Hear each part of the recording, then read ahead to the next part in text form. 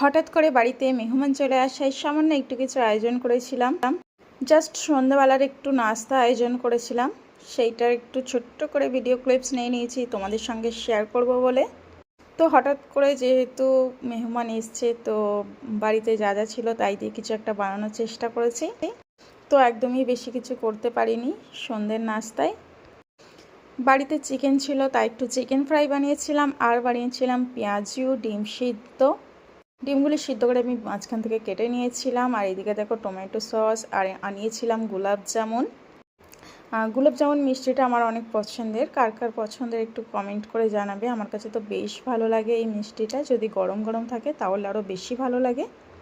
তারপর আনিয়েছিলাম সিঙ্গারা, আর সিঙ্গারার সঙ্গে তো চাটনি থাকবেই থাকবে। আর বানিয়েছিলাম কিছু পপকর্ন বাচ্চাদের জন্য।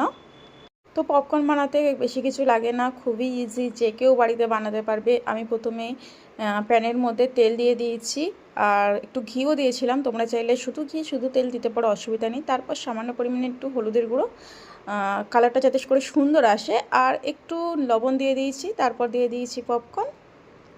তারপর একটু সময় নিয়ে খুব ভালোভাবে মিশিয়ে নিয়েছি। তো এখন কিন্তু গ্যাসটা জ্বালাইনি, এই মাত্র আমি গ্যাসটা জ্বালিয়ে দিয়েছি। আগে খুব ভালোভাবে মিশিয়ে নিয়েছিলাম তেলের সঙ্গে সব কিছু। তো এবার খুব ভালোভাবে নাড়াচাড়া করে নিয়েছি। দেখো, দেখেই বোঝা যাচ্ছে এইবারে কিন্তু তেলটা গরম হয়ে গেছে। তো এই পর্যায়ে আমি যখন দেখব যে একটা একটা পপকর্ন ফাটা বা শুরু হয়ে গেছে, দেখো এই একটা একটা ফাটছে পপকর্ন, তো এইবারে আমি ঢাকা দিয়ে দিচ্ছি। দেখো এইবারে ভিতরে কিন্তু একদম ভূমিকম্প হবে, সব একদম পপকর্নগুলো ফোলা শুরু হয়ে যাবে।